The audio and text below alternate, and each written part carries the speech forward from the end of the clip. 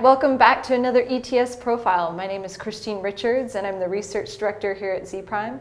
And we're excited to have Mike Dulaney with us from Cisco. Thanks for joining us, Mike. Thank you. Tell us a little bit about your role at Cisco and what you're doing. Sure. I'm in the Internet of Things Virtual Solutions Group, IoT Virtual Solutions. And so what we've done at Cisco is we've taken the IoT group and we've focused on specific verticals. So there's the transportation vertical, a retail vertical, healthcare, manufacturing, and utilities.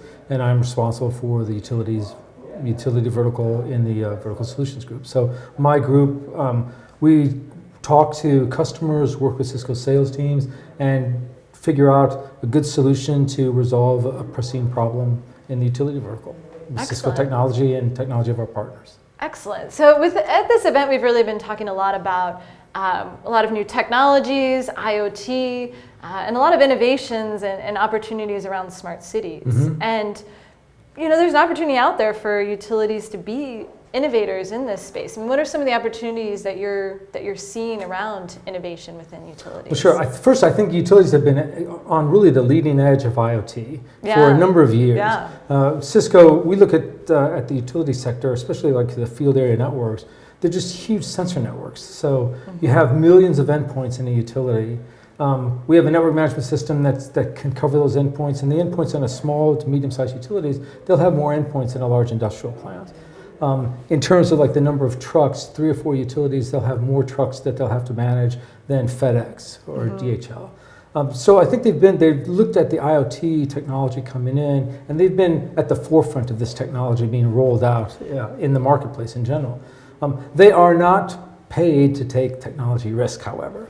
So utilities have been, while it's been fast for utilities, for tech companies looking at the market, it's been kind of a slow process. Utilities are cautious. They're not cut out or they're not remunerated to take the tech risk. So they look for partners to resolve these. But the opportunities for utilities because of this technology is huge, simply because the territory that utilities cover and the infrastructure that the utilities already have built out. Some of it's, of course, it's 70 years old, and that's why they're constantly modernizing. But the physical presence that they have over a wide geographic area gives particular opportunities to utilities to really expand the services that they can offer society. So, I mean, huge opportunity for utilities to be, innovators and leaders within smart cities. And, we've had some conversations, but I think as we talked about before this interview, I mean, there's definitely this skirting around the topic of regulators and the role of regulators in helping utilities be able to drive this innovation. So what are you seeing on the regulatory side? Well, very slow movements. Regulators are cautious by nature. They're public officials. They represent the consumer. They tend to look at things from a price perspective predominantly. Their care about is really a low cost of power, as well as quality and reliability. So that's the primary concern of the regulators. The rules that are in place now that govern many of utilities, especially the big IOUs in the States and elsewhere in the world, kind of work against a utility being able to leverage assets that they've gotten regulatory approval to make these investments. The rules kind of work against utilities in many respects, of utilities being able to lever that and offer services that society is already asking for. So it's a catch-22. The regulators, the technology and the market dynamics is there on the tech side, it's there on the consumer side, and it's even there on the utility side.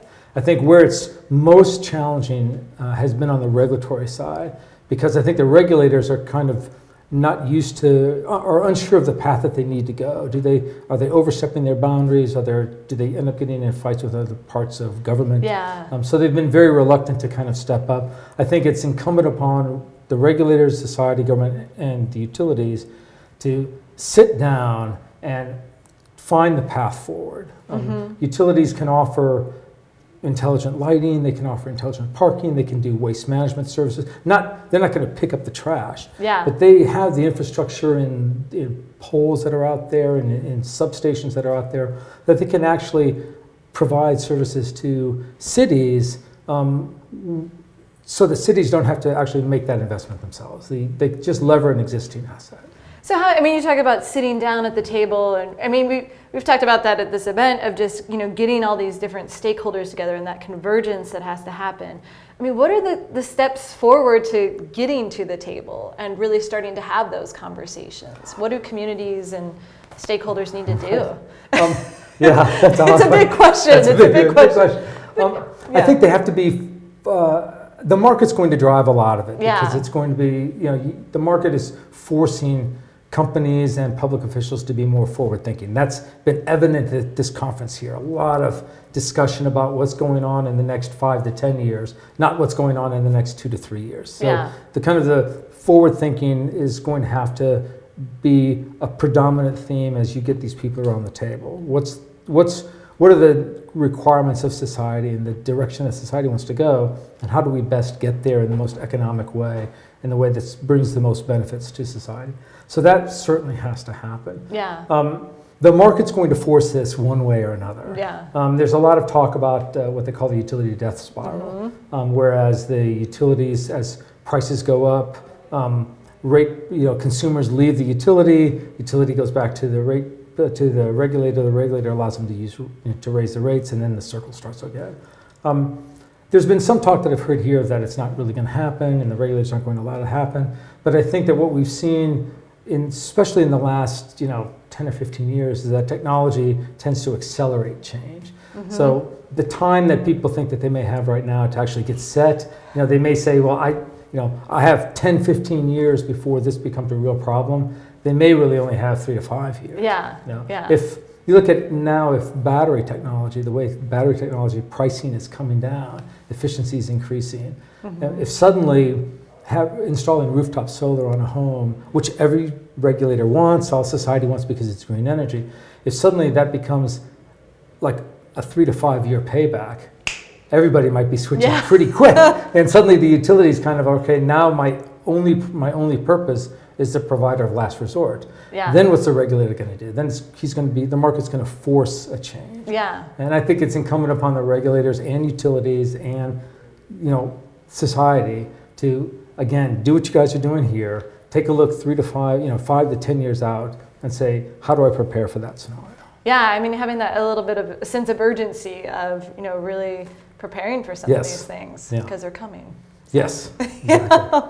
Well, perfect. Well, thanks so much for taking the time to talk with us today. We appreciate it. Okay, and it's a great conference. I highly recommend it to everybody. Should come here. Excellent. Excellent. Okay. Thank you. Thank you.